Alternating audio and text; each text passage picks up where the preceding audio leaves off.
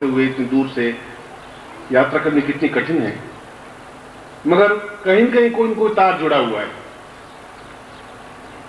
कहां जुड़ा हुआ है, कब जुड़ा हुआ है, इस बात का आपको एहसास नहीं है और आपने कभी एहसास किया भी नहीं। आपने कभी अपने गुरु को पूछा ही नहीं, चाहे मैं गुरु हूं, चाहे आपका मन गुरु है, चाहे आपके अंदर बैठा हुआ कोई एक व्यक्तित्व गुरु है। कोई जरूर नहीं कि मैं सफेद कपड़ा पहने वही आपका गुरु हूं। मन की एक आह्लाद भी आपका गुरु है, प्रसन्नता है। कभी आपने उसको जगाया ही नहीं कि कितने वर्षों से आप मेरे जुड़े हुए, कितने जन्मों से जुड़े हुए। राधा ने कहा कि मैं आपसे निर्लज्ज होकर के और क्यों जुड़ी हूं। उनका राधा पहली बार नहीं जुड़ी हूं, इससे पहले 40 जीवन तुम्हारे मेरे साथ बीत चुके। अब तुम चाहो भी तो नहीं टूट सकोगी। ये लोग लज्जा समाज तो अपने आप में बहुत ऊंची चीज है। 4 दिन कहेंगे, 4 दिन प्रशंसा कर लेंगे। समाज क्या कर लेगा और समाज ने क्या किया, मुझे ये समझ नहीं आया। क्या बदनामी कर दी, बदनामी से क्या हो जाता है और नाम से फिर क्या हो जाता है। समाज कभी आपको ऊंचा नहीं उठने देगा। समाज बंधन को कहते हैं, समाज मन को घायल करने की अवस्था को कहते हैं, समाज पग पग रुकावटों को कहते हैं। इसका मतलब ये नहीं कि आप निर्लज्ज हो जाएं, इसका मतलब ये भी नहीं कि आप भयभीत हो जाएं। जो कुछ करें बिल्कुल स्पष्ट व्यक्तित्व के साथ करें, चाहे बहादुर बने, ताकत के साथ प्रहार करें। इसलिए मैं सुबह के ब्रह्मपुरी की बात कर रहा था। वो कह रहा आपने इतनी सुंदर दीक्षा का प्रारंभ तो कर दिया, हम तो वंचित हो गए। मैं कहा वंचित नहीं हुए, ये तो अभी दीक्षा दे रहा हूं, शाम को आप में से जो लेना चाहे मैं आपको भी दूंगा। वंचित शब्द तो मेरे जीवन में शिष्यों के लिए आना भी नहीं चाहिए कि आप पीछे रह गए, ऐसा शब्द नहीं होता है।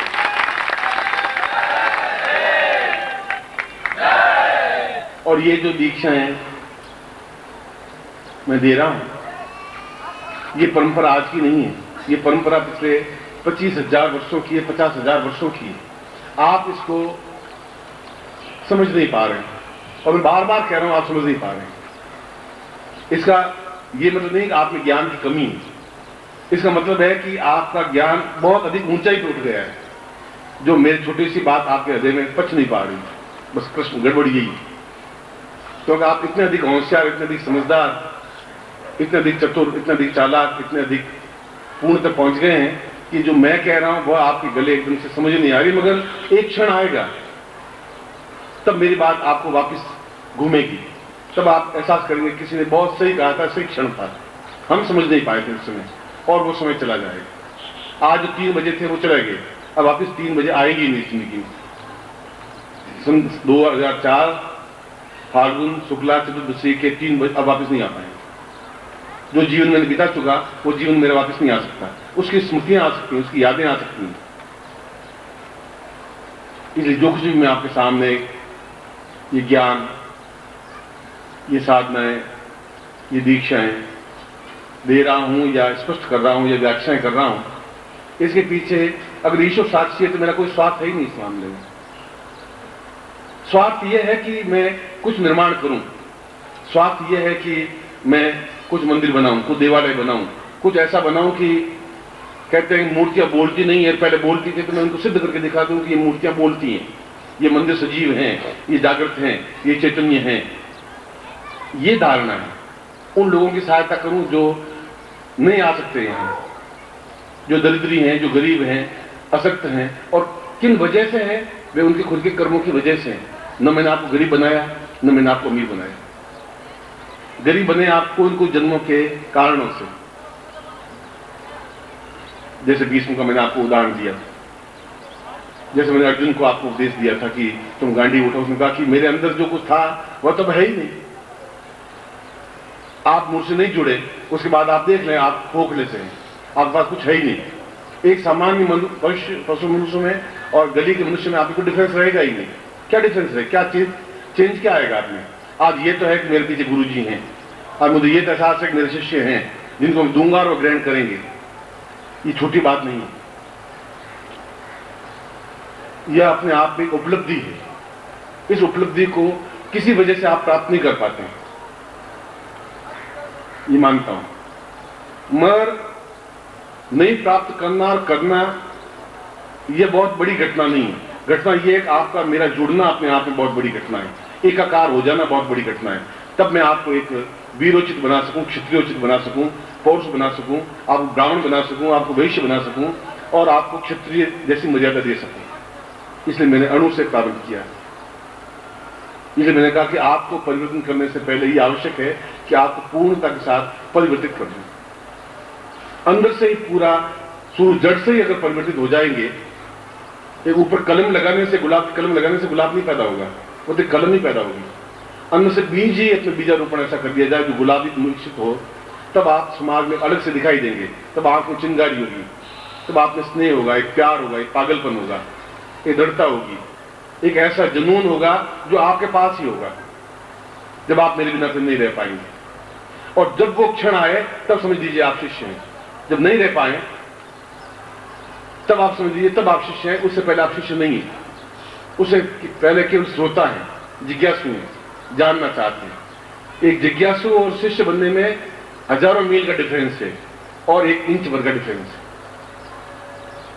जब आंख में आंसू छलक जाए, जब एहसास हो कि मेरे अंदर कुछ घटना घटित हो रही है, अंदर जो कुछ घटित होगा वो अणु के परिवर्तन का होगा। मैं आज दीक्षा पहले देता हूं। ये अणु परिवर्तन प्रक्रिया ये अपने आप में इस 2 दिनों में ही, होली जब जलेगी, होली जलने की क्रिया है। तो लकड़ियों को जलाने को होली नहीं कहते हैं।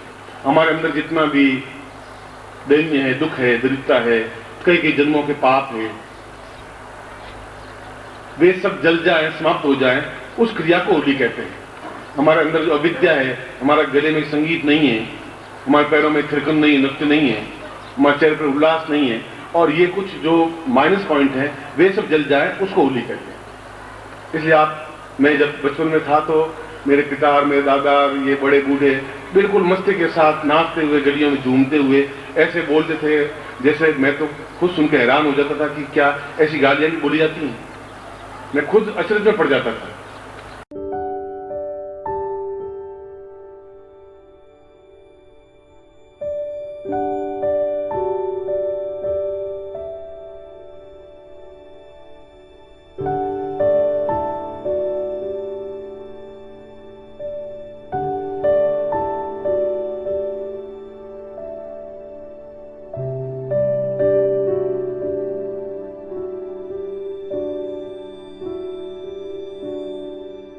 उस समय अपनी भावना को व्यक्त करने में उन्हें कहीं कोई शर्म नहीं थी, क्योंकि वो 2 दिन अंदर जो भड़ास है वो निकलने की क्रिया होती थी। अब तो वहां भी बांध दिया हमें, हम बोल नहीं सकते, होली के दिन गा नहीं सकते, होली के दिन भाग नहीं कर सकते, सब जगह से बंधे हुए। और गुरु के पास होली के दिन भी बंधे हुए रहेंगे तो फिर मैं आपको बंधन दूंगा, उससे फायदा क्या? मैं तो मुक्त करना चाहता हूँ, मैं बताना चाहता हूँ निर्मुक्त बनिए, स्वच्छंद बनिए, मस्ती के साथ रहिए। जो क्षण आपके साथ मेरे साथ बीत जाए, न मालूम कब कितना कौन सा क्षण ऐसा हो जाए कि नहीं मिल पाए, ऐसा हो सकता है। सुबह मैंने उदाहरण दिया था कि कृष्ण ने कहा कि मैं जा रहा हूं, मतलब मेरे जितना काम था मैं कर चुका हूं, अब पूरा संसार को सुधारने का ठेका न कृष्ण ने लिया था, न सुधरा न सुधरेगा। मुट्ठी भर लोग ही सुधरेंगे, और वे मुट्ठी भर लोग ही, एक चंद्रमा ही पूरे आकाश को रोशनी देगा, हजारों तारे मिलकर के रोशनी दे पाएंगे।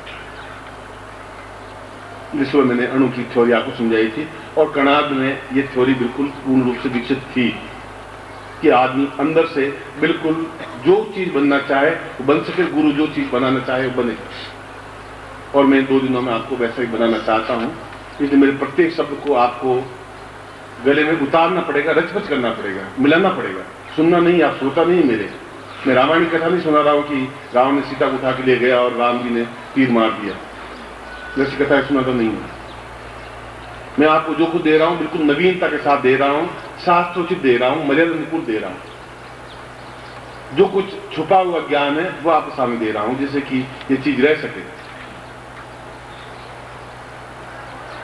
इसलिए इस दीक्षा को देने के बाद आप खुद अपने आप में परिवर्तन अनुभव करेंगे, एहसास करेंगे कि वास्तव में हम कुछ परिवर्तित हो रहे हैं, बहुत कुछ परिवर्तित हो रहे हैं। वह जो हमारे पास नहीं था वह हमें प्राप्त हो रहा है, वैसे ही चाहता हूं। टूटेंगे धीरे धीरे, बिखरते बिखरते बिखरते बिखरते जितने बच जाएंगे, और बढ़ ही रहे हैं, बचने का तो सवाल है ही नहीं। क्योंकि हंसों की पंक्तियां नहीं होती, बहुत झुंड के झुंड हंस नहीं होते। 2-4 हंस कहीं कहीं दिखाई देते हैं, 2-4 शेर दिखाई देते हैं। कई 100 वर्षों में जाके एक व्यक्तित्व पैदा होता है, सिर्फ पूरे 100-150 वर्षों में, जो बहुत कुछ करके चला जाता है। बुद्ध के बाद फिर महावीर में इतना बड़ा चेंज आया। बुद्ध के बाद महावीर, राम के बाद कृष्ण आए, पूरे युग बीत गया। इस बीच में कोई पैदा ही नहीं हुआ जो पूरे देश को एक नेतृत्व दे सके, नहीं पैदा हुआ। नेता एक अलग चीज है, वो तो आज है, आज प्रधानमंत्री, कल है ही नहीं। आज लोकसभा अध्यक्ष थे, कल सड़क पे खड़े, वह नहीं। एक पुरुष, एक युग पुरुष, एक अद्वितीय व्यक्तित्व 500, 700, 1000 वर्षों के बाद में पैदा होता है। हर दिन हर गली में पैदा नहीं हो सकते, एवरीडे पैदा नहीं हो सकते। उस समय अगर हम उनको नहीं पहचान पाएंगे, उस समय उनको आत्मसात नहीं कर पाएंगे, हम चूक जाएंगे, हम पिछड़ जाएंगे, हम एहसास करते रह जाएंगे। कितने बुद्ध पैदा हुए, कितने महावीर पैदा हुए, कितने ईसा मसीह पैदा हुए, कितने मोहम्मद साहब पैदा हुए, कितने चैतन्य पैदा हुए, कितनी मीराबाई पैदा हुई, एक एक पैदा हुए। 200 वर्षों में जाके एक कोई चीज पैदा हुई, एक चीज अवतरित हुई, एक चीज ने एक पूरे प्रकृति को दिया।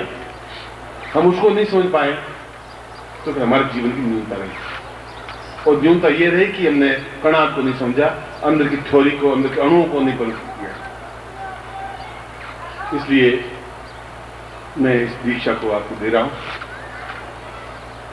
और एक बात का आप ध्यान रखें कि कोई एक उम्र का व्यक्ति ही गुरु नहीं होता। आपके मैं धारणाओं को तोड़ रहा हूं, जिसमें भी मैं आप में शक्ति दे दूं तो आप में उतनी ताकत है कि स्टैंड को उखाड़ के बात फेंक दे। अगर मैं कहूं तुम्हें ताकत है और तुम जूझ जाओ, तुम जूझ जाओगे। तुम्हारे पीछे ताकत है, एक बल है, तुम्हें एहसास है मेरे पीछे कोई खड़ा है। भट्टी अगर वहां जल रही है तो आंच यहां तक आएगी आएगी। इसलिए मन को इतना अल्प बनाने की जरूरत नहीं है, मन के दास बनने की जरूरत नहीं है। मैं साक्षीभूत हूं आपके प्रत्येक कार्य का, प्रत्येक शब्द का, प्रत्येक स्थिति का, प्रत्येक घटना का। जिम्मेवार मैं हूं। जो कुछ कहा है उसको पूर्णता के साथ देना और प्रदान करना मेरी ड्यूटी है। उसमें न्यूनता होगी तो जिम्मेवारी मेरी होगी। मैं इस बात को एहसास करूंगा। मैं भागने की क्रिया नहीं करता हूं, मैं जम करके जूझने की क्रिया करता हूं। जिंदगी में जूझा हूं, जितना मैं जूझा हूं उतने आप लोग 10,000 जन्म लेके भी नहीं जूझ सकते, उतना मैं जूझा हूं जिंदगी से, अपनी जिंदगी से, अपने आप से। हरदम अपने आप को तोड़ा है, जोड़ने की क्रिया की है अपने आप से। ये मैं ही जानता हूं, ये मैं ही जानता हूं कि हिमालय कितना उबड़ खाबड़ है, ये मैं जानता हूं। ये मैं जानता हूं कि हिंसक पशु कैसे होते हैं, ये मैं जानता हूं। ये जानता हूं कि अपने गृहस्थ को सही संभालना कितना कठिन है, ये मैं जानता हूं। ये जानता हूं कि दुष्ट व्यक्तियों के बीच में जिंदा रहना कितना सांस लेना कठिन होता है, ये मैं जानता हूं। इसलिए शिव ने अगर जहर पिया था तो बहुत कठिनाई के साथ पिया होगा, मगर उन्होंने चेहरे पर उफ नहीं आने दी, और ऐसा कहकर के मेरे को एहसान भी नहीं थोपा। मैं सुबह भी कहा था कि और जहर मिल जाए, मुझे में एहसास हो मैं कितना पी सकता हूँ, शायद इससे 10,000 गुना ज्यादा पी सकता हूँ, क्षमता है मुझ में। जूझूंगा, पूरी ताकत के साथ जूझूंगा। ये तो एक बाप और बेटे के बीच का संवाद, आपको मेरे बीच की एक बातचीत। जहां पुत्र होगा तो पिता कहेगा, डांटेगा भी, कुछ करेगा भी, सीने से भी लगाएगा, थप्पड़ भी मारेगा, मगर उसको अपने समान बनने की क्रिया में, कोशिश में लगेगा। इसलिए नहीं वो स्वार्थी बने, इसलिए नहीं वो धोखेबाज बने, इसलिए कि अंशीभूत बने, अंगीभूत बने। इस शिष्य को अपने आप में पुत्र कहा गया, तनय कहा गया, उस शरीर के सदस्य कहा गया। आप मेरे पुत्र हैं, तनय हैं मेरे, आप शिष्य नहीं हैं। मेरे शरीर के किसी न किसी भाग के हिस्से हैं आप। आपसे मिलकर के एक चीज बनी है, उसको नाम सिमाली कहते हैं। कोई नया नाम सिमाली कहीं से पैदा होकर नहीं आया है।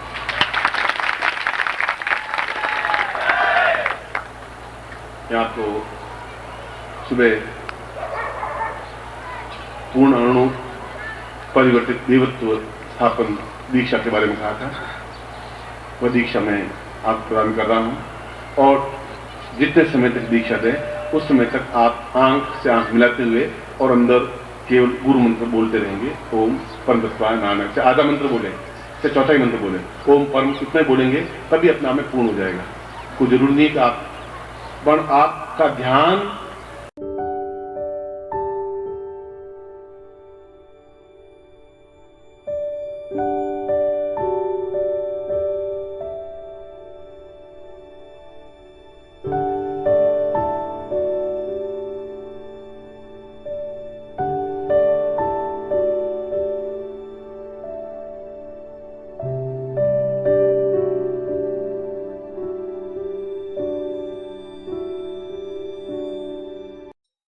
ओम परम तत्वाय नारायणाय गुरुभ्यो नमः।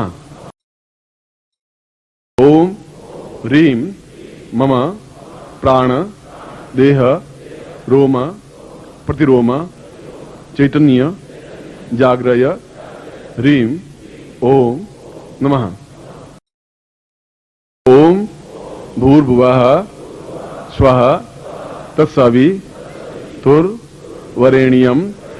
भर्गो देवस्य धीमहि धियो यो नः प्रचोदयात्।